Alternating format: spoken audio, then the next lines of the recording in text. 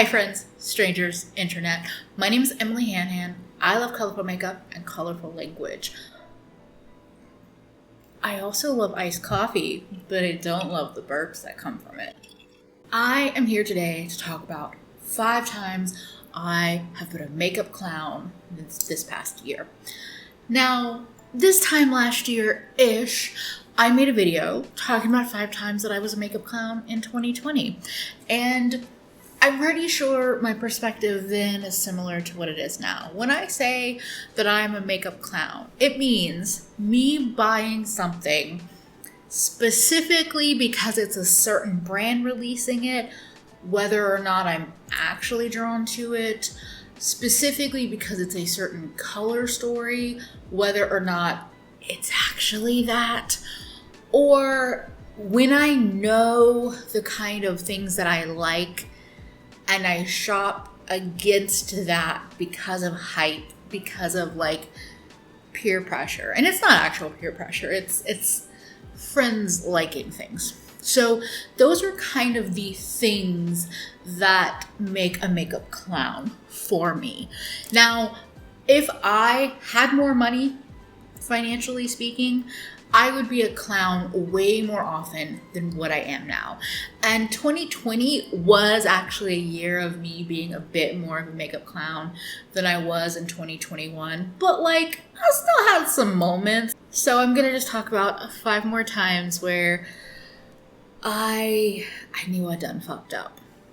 And if you like colorful makeup, if you like bitches with lots of opinions, or you just like cute fat babes in general, I hope you will subscribe and join the Hanhan fam. And don't forget to say hi in the comments because I love to know when new people have found me.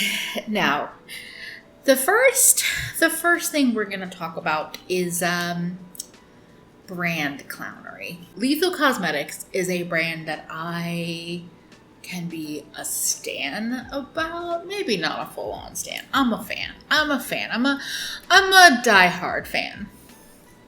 In my brain. And when they released the Rights collection, I wanted them, but I didn't. But I did, but I didn't. But do I? I don't know. And then I was just like, we're gonna do it. Now, I am always curious to see what Lethal releases. I adore their matte formula, and I have seen improvements over time with the shimmers. So I have hope when it comes to buying their collections. I also love their magnetic palettes. I love that they're singles and bundle kind of palette formats. And I had just in that time fairly recently moved to Mexico, and they're a brand that ships to Mexico. Mexico has some really intense customs regulations for makeup, which I didn't do that kind of research before I moved here, so that was a mistake on my part. And they shipped to me.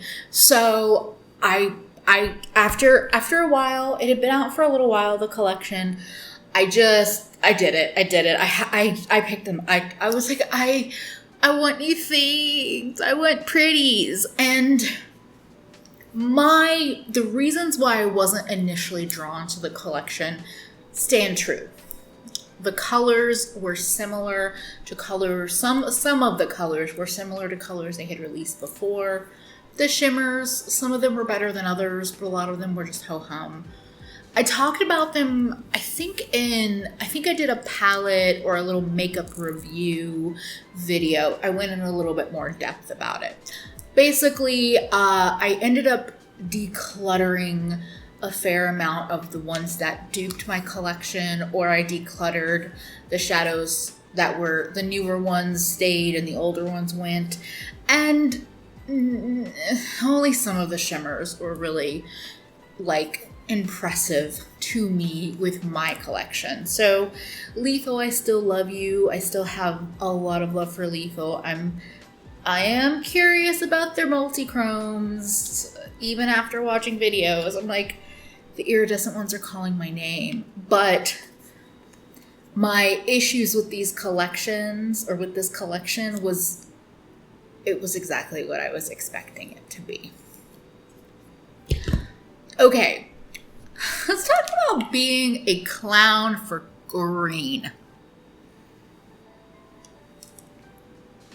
The Huda Beauty Wild Python palette. Look, it's not green. It's not. Like, yes, green. Yes, kind of green, and you can make green. But I let my imagination make me believe it was greener than what it was. And when you see the packaging and all of that, so I've talked about this a lot. I've journed on a lot about this, but I was totally a clown about this. Yeah. And again, this was an experience of, it showed up at Sephora Mexico right at the same time it launched in the US. And Huda's really good about that. So like, am I gonna be a clown for Huda in the future while I'm living in Mexico? Maybe, because it is accessible in a way that not all brands are for me. So yeah, formula wise, this is not a favorite. And what I, in my head, imagined this to be versus what it actually was. Just a clown. Now, let me talk about something. I almost forgot about this. And I think I bought these in 2021. I could be wrong. These could have been a 2020 purchase. But, so I like getting my nails done. And I like putting on fake press-ons. Either ones that have been pre-decorated through Etsy artist or Kiss or all these other brands that manufacture them, or going to a salon and getting them done. I don't like painting my nails. My nails don't hold on to nail polish at all, and I don't even like painting fake nails. But like Circ Polishes, an indie brand based out of Brooklyn, released this green thermal nail polish that went from like a more like, I guess almost like yellowy limey to like grass green, Kelly green. I love a thermal nail polish. I think they're so fun. They're so fun to me. And I love green, and I thought maybe I'll paint some fake nails and whatever. I also bought like a chartreusey cream nail polish and like a mustard cream nail polish and a glittery, like peachy, chunky glittery polish. They aren't cheap nail polishes. Why did I buy them? Because some of my friends were talking about the brand and talking about the thermal and talking about them, and I was like, I want to support an indie brand. Yeah, maybe I'll actually wear nail polish. No. I think I painted some fake nails twice. I kept the peachy glitter polish. I think I even brought it with me to Mexico. Because, like, I will sometimes put on a glitter polish on top of, like, a pair of fake nails to make them, like, when they're a little worn, to make them look nicer. And there's something about a glitter polish that I actually like, because if it stays on forever, like, I prefer that. But anyway, it was like a good $50, just like truly a waste. I mean, a friend has them now. I'm very happy that somebody else is using them and enjoying them. But like, I'm just not a nail polish person. I just can't listen to people. I can't listen to you, Alex. I can't listen to you, Day. I can't listen to you, Eeyore. Like, I can't look at INLP or Hollow Taco or no. Mm-mm. And the fourth thing is actually kind of another me being a clown for green. And this might be a bit of a unpopular opinion, but I'm a clown for buying this palette. Now I get it. It's a Beauty Bay. This is the Beauty Bay Wilderness palette. It's super affordable. It is. When you look at it, it's really pretty. it has a row of like reds and oranges, a row of the swampy green mustard, and then a row of like turquoise and blues. Did I buy this entire palette for like 5 eyeshadows? Basically. Yeah. Yeah, I did. I haven't used this a ton. I've used some of the greens, I've used some of the reds, and the mustard tone. And it's not bad. But I am not drawn to big palettes. I am also not actually that big of a blue, even turquoise fan, nor am I that big of a fan of reds and oranges.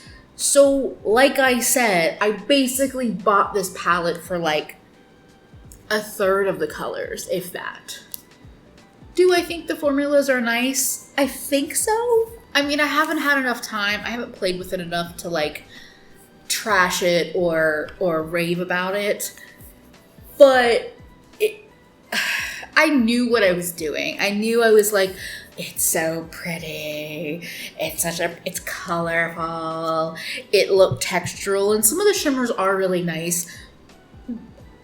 But I feel like a clown for this purchase. I do. And if I'm being honest, like, so my first couple of uses with this palette, I feel like the mattes perform fine. But I don't feel like this is going to be something that I keep for very long. And that is the kind of purchase that also makes me feel like a clown. So this isn't painful because it was affordable and like I got it on sale and excuses, but I still feel like a clown about it. The last purchase is kind of what inspired me to make this video. Because when I saw this palette, I was like, that's pretty, but I don't think it's me, but it is pretty. And the more it was teased out, I was like, that is pretty. And the packaging looks nice and all of this. And I think it got released, and yes, there was a batch of it released, and people were talking so positively about it. They were raving about it. And then the brand was like, we're bringing it back. And in my opinion, as a consumer and a former fan of this brand, I felt like they were actually getting rid of this palette. And so I decided, I was like, okay, I'm just going to buy it. I'm going to buy it. I don't want to miss out. Like, I let the FOMO get to me. And I got it months later, and that's not because of the pre-order. It's because of my whole haul package situation. But when I actually got it in my hands and looked at it and even swatched it and even played with it a little bit, I don't feel the love. I feel like a clown. This is the Adept Kodan palette, if you don't know what I'm talking about. So this palette has 2 more traditional multi-chromes and then like 6 of their more glittery, shimmery formula and 2 mattes. Reasons why I'm a clown. Let me count the ways. I tried the Adept matte formula about 2 years ago after their first reformulation. Hated them. Had a terrible time with them. I don't really see these performing much better, but I've only swatched them, but they swatched mighty like the old ones. I don't actually crave black-based multi-chromes, and I have these colors in my collection in nicer, shinier formulas that I now know, nicer, shinier formulas. And I have some of these other colors, either from the Plain Jane palette or from other indies that perform just as good or better. I haven't put this all in my eyes. I've only played with it a little bit. But, like, outside of things that have happened with the brand lately, like, just clown behavior compacted on clown behavior compacted on clown behavior. And I know there are people out there that love this palette, but, like, I should have trusted my gut about, like, I am not drawn towards grungy colors. And yes, this has a lot of vibrancy to it, but, like, the core of this, for me, especially on my uncooked chicken, it's very grungy. It's very jewel toned and deep. And I'm just kind of over it. Like, and I barely had it, and I barely used it, and it's not a cheap palette. And that is when it's painful. Like, purchases that are financial purchases that are regretful make me feel like a clown way more than, you know, Beauty Bay. So, you know, those are the 5 clown purchases that I can think of right now. And there are definitely other clown behaviors that have happened this year. These are just the ones that came to mind. And actually, I almost forgot about this. I want to take a moment and say, I don't think I'm going to have a, like, traditional fails video on my channel for the end of the year. And a lot of that comes down to, first of all, I've kind of already talked a lot about things that I wasn't super happy with. And also, I did a huge amount of decluttering, and I did a bunch of videos, and you saw those videos, and if you didn't, I will link them in the description box. So, like, I have talked about makeup I've gotten rid of, makeup I'm not happy with. I've tried to review things as best I could, and I feel like while the end of the year stuff is all about rehashing and refreshing and all of that, I just felt like doing a traditional fails video for me feels incredibly repetitive. And yeah, I guess and because I am one of those people that I research a lot of what I buy, I have things on wish lists for, you know, a fair amount of time. Like, a lot of the makeup in my collection is not a fail. And if it is, I've been talking about it, especially recently. So, you know, this is a fails video for you, okay? This is it. But I don't think I'm gonna have, like, a big fails video of the year.